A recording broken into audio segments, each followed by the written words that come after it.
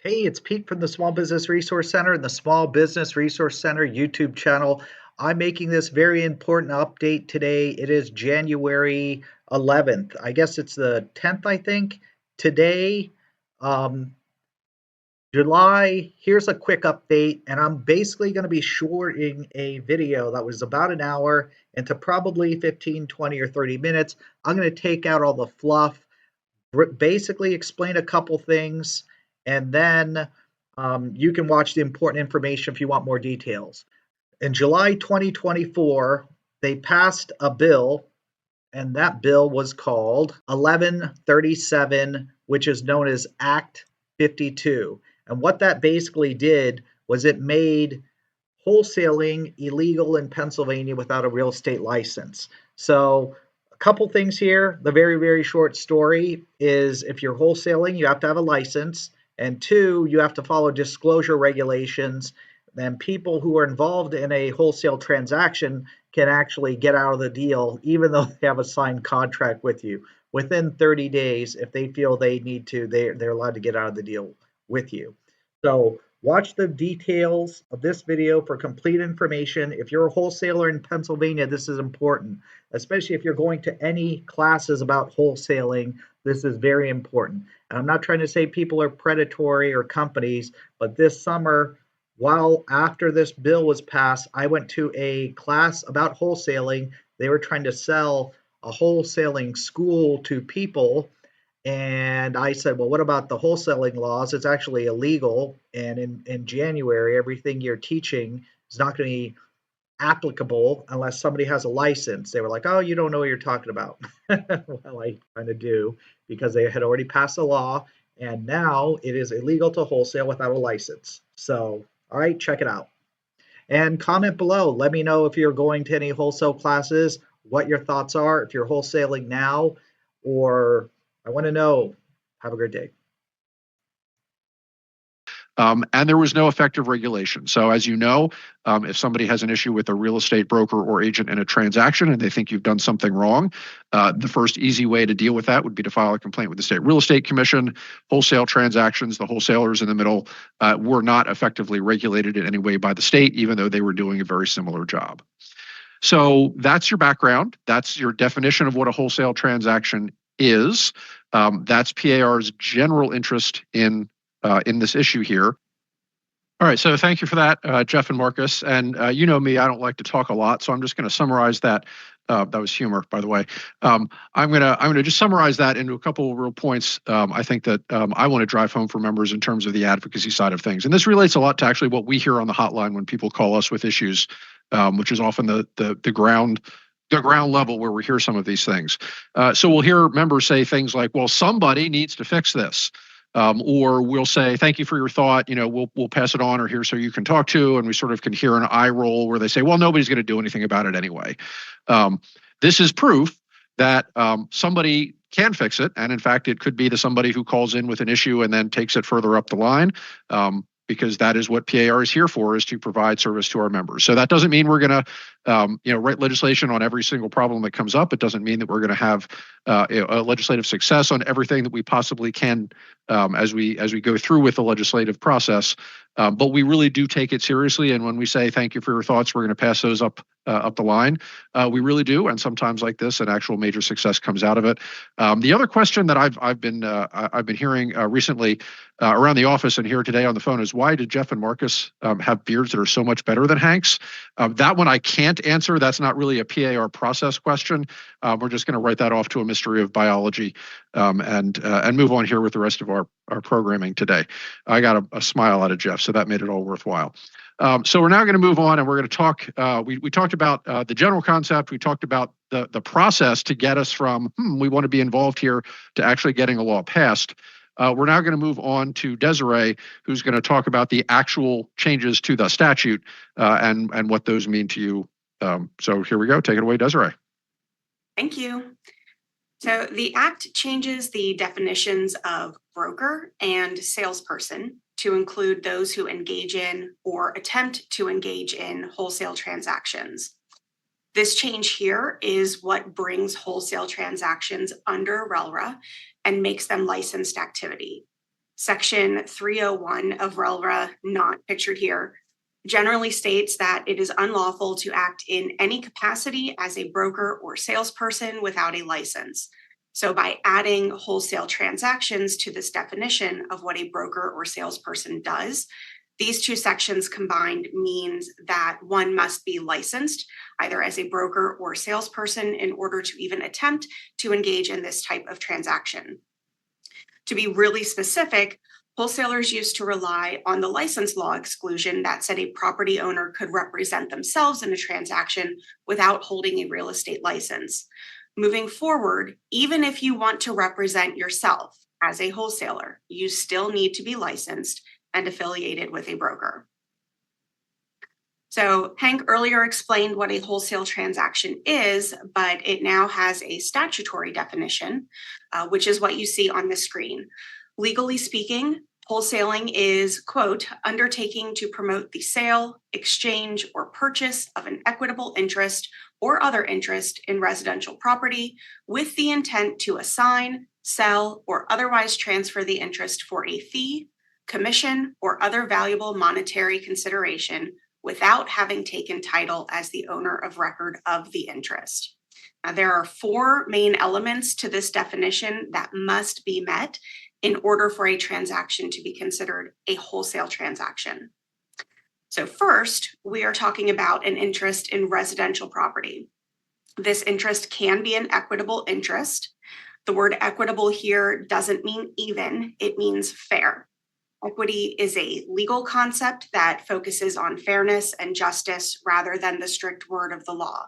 So when a buyer and seller enter into an agreement of sale, we say that the buyer has an equitable interest because fairness would dictate that they have some standing to affect the transacting of that property. So in terms of wholesaling, what is typically being sold is the equitable interest, the wholesaler's interest in purchasing the property rather than their legal ownership of the property itself. Or to look at it another way, in a wholesale transaction, the wholesaler doesn't actually own the dirt yet, so they can't sell the dirt. They're just selling their right to buy the dirt from the current owner. Next, the second element we're talking about is residential property. In order for a transaction to be considered a wholesale transaction, the property in question must be residential. Incidentally, residential property has also been given a statutory definition borrowed from the seller's property disclosure law. Residential property is now officially real property consisting of between 1 and 4 dwelling units. This means that the law does not cover commercial transactions or development deals where a party might enter into an agreement to buy a plot of land and then try to resell it to a builder or developer. That sort of wholesale type transaction still does not require a license. The third element is the intent of the transaction. Wholesale transactions will not involve the wholesaler taking title to the property. They won't be the owner. They won't accept interest in the property because they intend to sell it, assign it, or transfer it in some other way to a third party. And this is different from flippers, where they typically do acquire title to the property, but only hold it for a short period of time. So we're only talking about transactions where the wholesaler never intends to take title. The last element is the fee, commission, or other valuable monetary consideration. It can't be a wholesale contract without that. So this doesn't mean that it has to be a fee in the traditional sense of the word. A wholesale transaction usually involves a contract where the buyer pays the wholesaler more than what the wholesaler has agreed to pay the property owner. That difference is other valuable monetary consideration being collected by the wholesaler. If there is zero or obviously nominal consideration given in exchange for the interest in property, then the transaction will not meet the definition of a wholesale transaction. This sometimes happens where a buyer signs an agreement of sale as an individual, but decides in the middle of the transaction that they want to purchase a property in the name of a trust or an LLC, making the transfer from their personal name to the entity for no consideration is not a wholesale transaction. So, part of the changes, we're adding clauses that would be required in a wholesaling transaction. So, we'll go over each of them, but it's important to note that all four of them need to be in the contract and that they each serve a specific purpose to ensure that the consumer is fully aware of the transaction and how it's functioning. They're important to know even if you don't plan on participating in a wholesale transaction, because you might have a potential client approach you, but they're already under contract with a wholesale transaction, and they might not realize what they signed. We do get this call quite a bit on the hotline where the licensee is calling into us because a potential client contacted them to help, and they're taking a look at all of the documentation. So you will hear us say this more than once throughout the webinar, but it's incredibly important to note that these required disclosures are for both sides of the transaction through the wholesale transaction. So between the homeowner and the wholesaler, and between the wholesaler and the new buyer. So it's really to have protection throughout the entirety of the transaction. So the first required disclosure is a statement that the licensee intends to assign, sell, or otherwise transfer the interest for a fee, commission, or other valuable monetary consideration without having taken title as the owner of the record of interest. So this is obviously to make sure that the homeowner understands the intent of the licensee and what that fully means. And by having this required in the actual contract, it's just commemorating what the licensee has hopefully already discussed with the consumer. And it also allows the consumer to know going into it what the transaction is going to look like. The second required disclosure is stating that the consumer has a right to obtain an appraisal of the property from a real estate appraiser. It also states that they have the right to consult with a licensee not affiliated with the licensee's broker or to seek legal counsel before or after entering into an agreement. So it's a nice reminder to have in the contracts. One, the appraiser making sure that they're understanding what the true value of their property might be, and then also because some consumers may not be aware of the structure of brokerages in Pennsylvania, and it's also a great reminder that they can consult with an attorney. Obviously, they always have that ability, but it never hurts to make sure they're reminded of it when entering into the contract. The third required disclosure is right to cancel the agreement or contract until midnight of the 30th day after the date when the consumer executed the agreement or contract, or until conveyance, whichever comes first. Desiree is going to go a little bit more into what it looks like for the right to cancel, but it's incredibly to know it exists. And another great part of this disclosure is that it includes how cancellation can be delivered. So this is an area throughout the law that can sometimes be vague as to what counts as proper delivery. So having it listed very specifically is incredibly helpful. And the fourth disclosure is that if the contract is canceled, all payments made by the consumer shall be refunded to the consumer within 10 business days. So this is another spot that specificity is incredibly appreciated because there are some things that require return of money and they don't have a specific time frame. So if the consumer has given any money, it must be returned to them within 10 days after they cancel the contract. So you might be wondering what payments the homeowner would be making, but remember, this is for all contracts in the transaction. So it's incredibly important to the buyer side if they've paid a deposit when they entered into the contract. So I'll be talking more on that right to cancel. RELRA gives consumers the right to cancel wholesale transactions, even if they are legally compliant. So if your contract contains all four of the elements that Casey just outlined, the consumer still has the right until midnight on the 30th day after execution to cancel that contract. Or they can do it up until the time of closing, whichever occurs first. So if there's a 20-day closing, then the buyer only has until closing to cancel that contract. If the contract is not legally compliant, so if it's missing any of those required disclosures, then the consumer can cancel the contract at any time prior to settlement.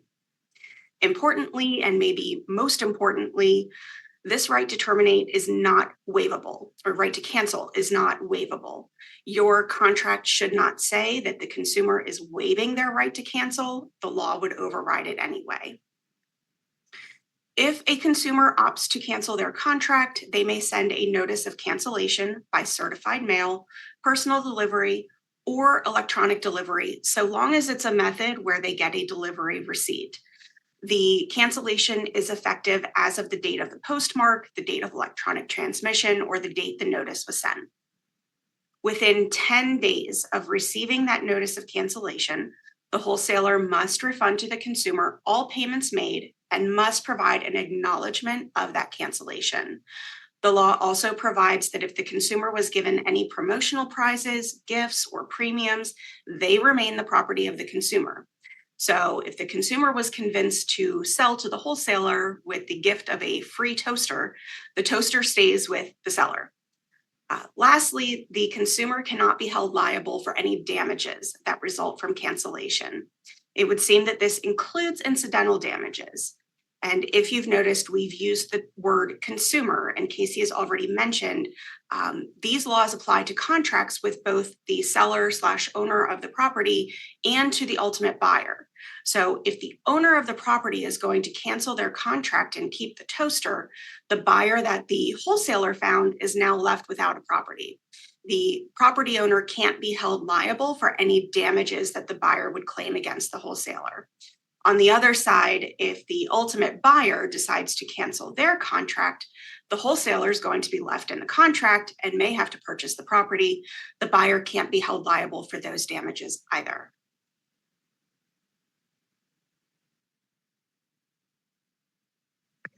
Next, we're going to talk a little bit about a forms update.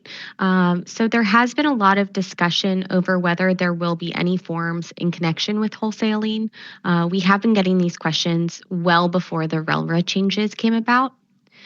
So one major thing about wholesaling that we often discuss when we get hotline calls is that there are a lot of different ways to structure a wholesaling transaction.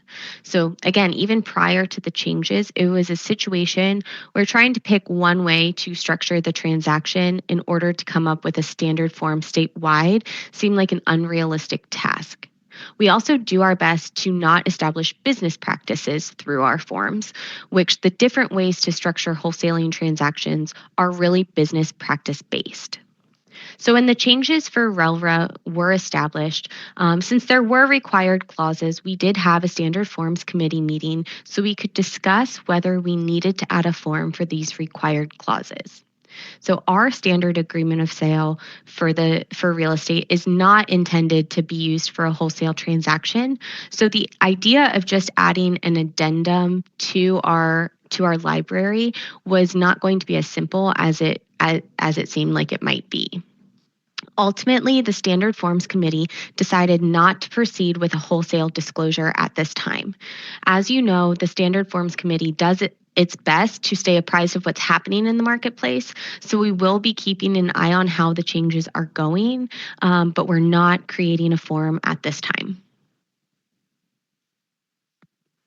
All right, and I will just tag on to that.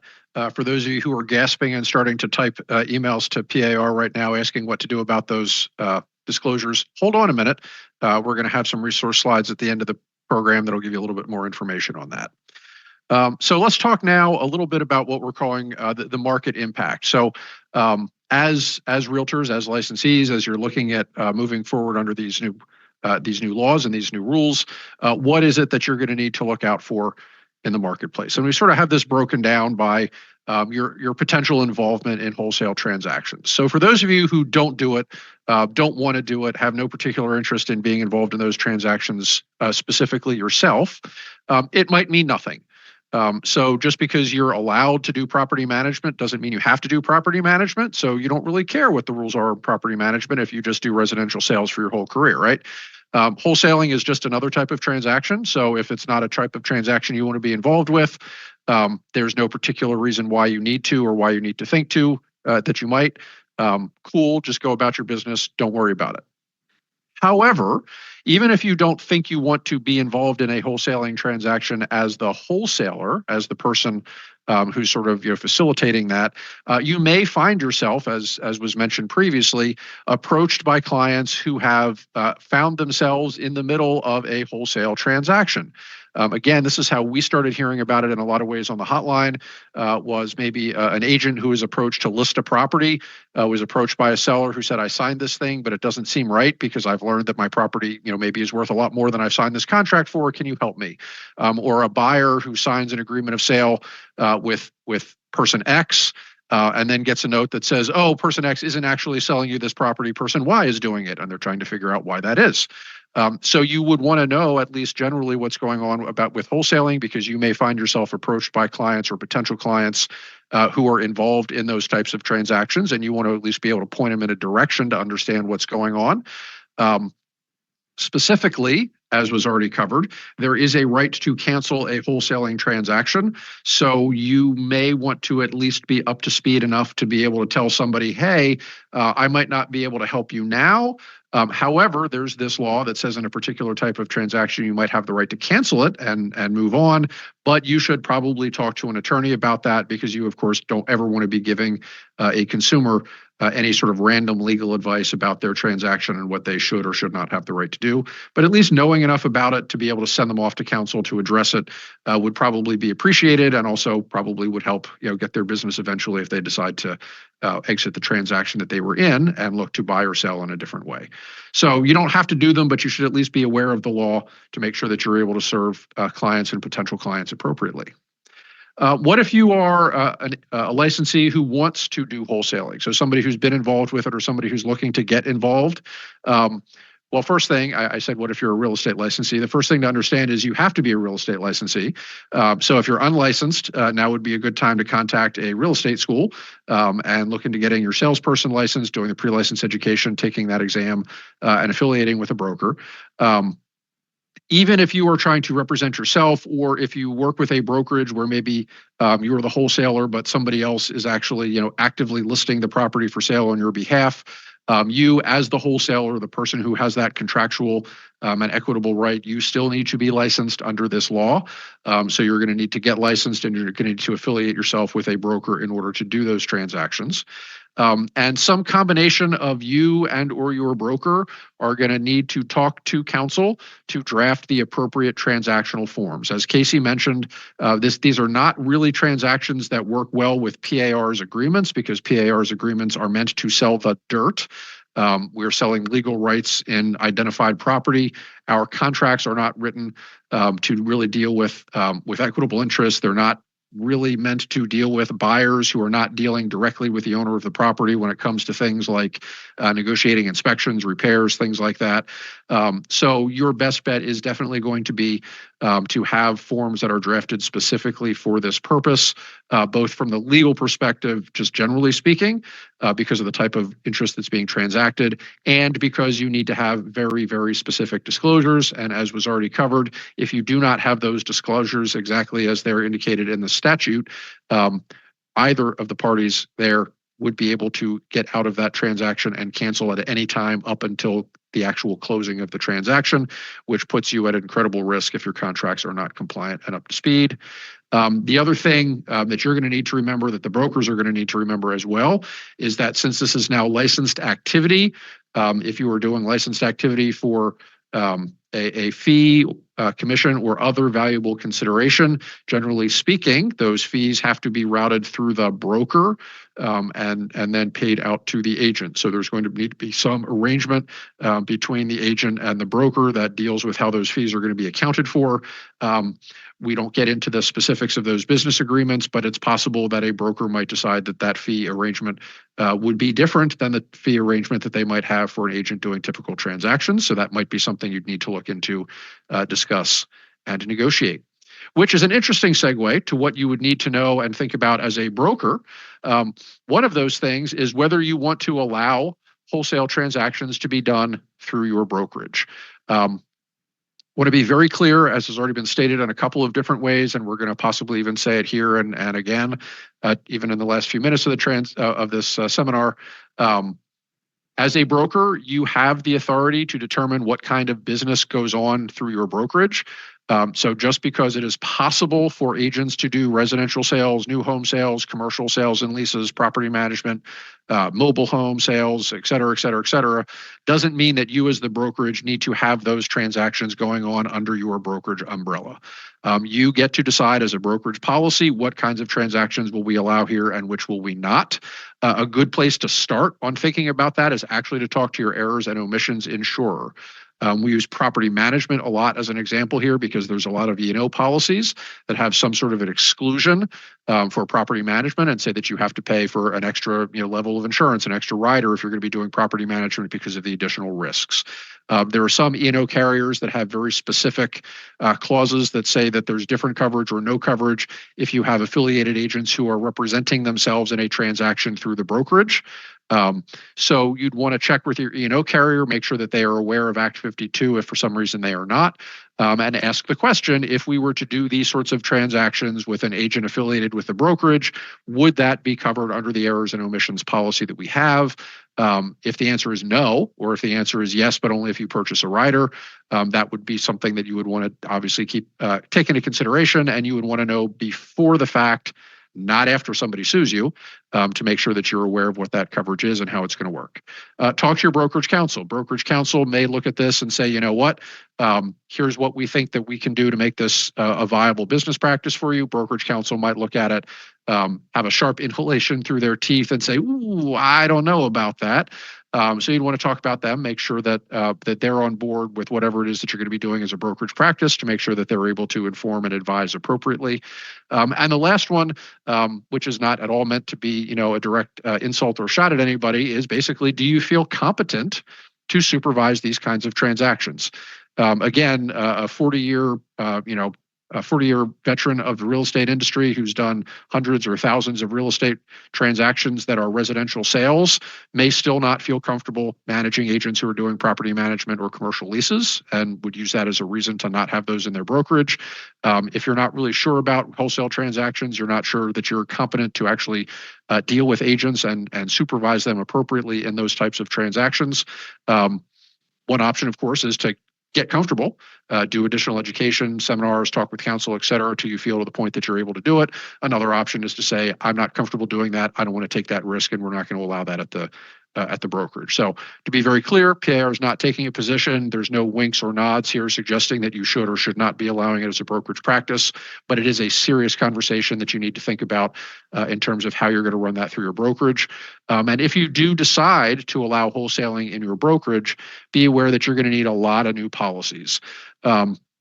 So thinking about policies on agency, it could get it's kind of interesting and messy, making sure that it's clear whether you've got licensees who are or are not actually representing individual parties in a transaction. You're likely going to want to have additional disclosures beyond just the 4 that are required by law, perhaps explaining a little bit more what the wholesale transaction is and what everybody's role is. As previously mentioned, you're going to want to have some sort of a policy dealing with fees and consideration and how that's going to be done. And deposits as well. It was covered that there's a very specific rule about returning funds. So making sure that now that is actually part of the license law, making sure that if you're holding deposits, you understand that there's a very specific provision in the license law that applies to monies paid by the buyer or the seller here that may actually impact how you normally hold your deposits as a course of doing business. So that brings us to some of the uncertainties, which actually is going to cover some of what we've just highlighted here. But I want to really just bring it to your attention if you sort of missed it in that last little bit of text. There will need to be regulations drafted by the State Real Estate Commission that get a little bit more into the details of what these statutory changes mean. So if you were to call the hotline and say something like, well, exactly what should I be doing with my fees? How exactly does the Real Estate Commission want us to account for those? Our answer at the moment is we're not sure about that because those regulations have not been drafted. There has not been a formal discussion, a formal determination that says this is what we're going to do. This is how we're going to handle it to the extent that that might be necessary. So questions around how you account for those fees, questions around how you explain what agency relationships you do or do not have. For example, whether there would need to be any changes to the consumer notice process, or whether there's going to be any sort of potential for additional disclosures required there. The extent of your supervision. Property management, basically you have a slightly higher responsibility for supervision than you might have for regular residential sales. So whether the commission is going to pass some sort of a regulation that indicates any additional type of supervision requirements. You also have some uncertainties around MLS rules, forgetting about the statute here for the moment.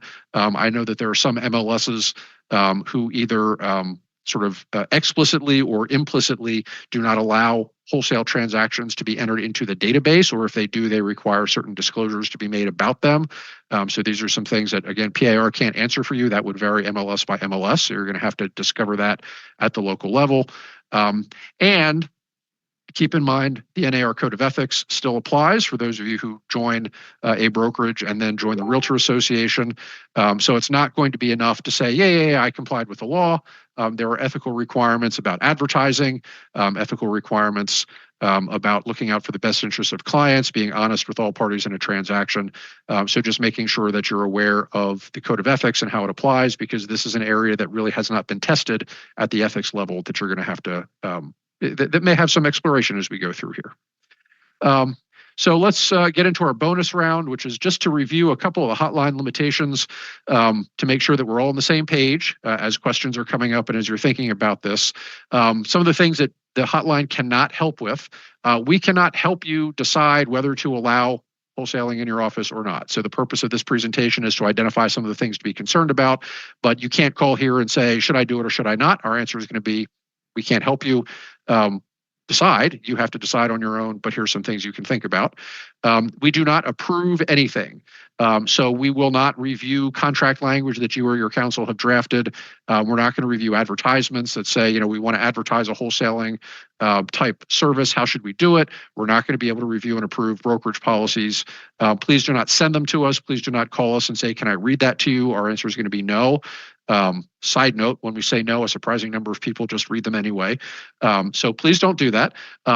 You're going to need to do it. You're going to need to talk to counsel. You're not going to be able to get us to review and approve, nor can we approve non-PAR language. So if you're dealing with sort of representing the buyer in a transaction that you realize is a wholesale transaction, we're not going to be able to work with you to say, oh, well, here's what I think the wholesale contract means.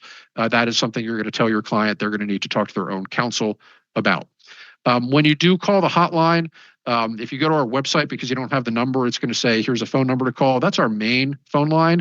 The goal is you would call the main phone line and get the hotline number, because we do hide the hotline number to make sure that we don't have non-members calling us for advice.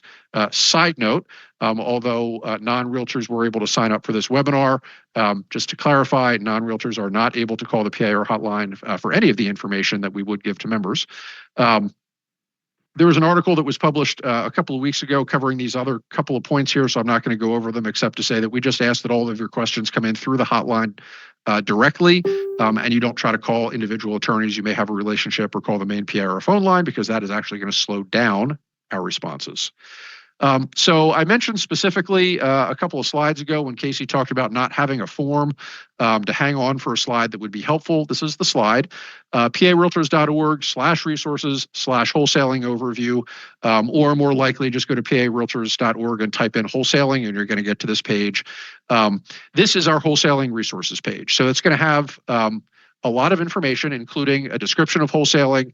It's going to disclose. It's going to talk about all the stuff that Casey and Desiree talked about today. So it's going to review a little bit about what's changed in the law. It's going to show you the link to the State Real Estate Commission, an FAQ, and most importantly, it is going to have copies of the disclosures that are required. So there's not going to be a form, but if you need a place to go to grab at least the general language from the statute that tells you what you're going to have in these contracts, we do have that language available to you. It's just that you're going to have to figure out exactly how that gets integrated into any particular contract, disclosure, agreement of sale, et cetera, as you move forward with these transactions. That is going to be updated on a pretty regular basis as we get new information, whether that be regulatory information through the State Real Estate Commission, additional feedback or discussions that occur as we get questions through the hotline or see how this develops in practice. So that will be updated periodically. So you can check back regularly, or when we have a major update, I'm sure that we will communicate that with the membership in some way. With that, I want to thank everybody for visiting with us today in the Legal Corner. Hope that was helpful to understand the concepts of these changes, and we look forward to talking to you in March, I believe, at our next Best of the Legal Hotline webinar.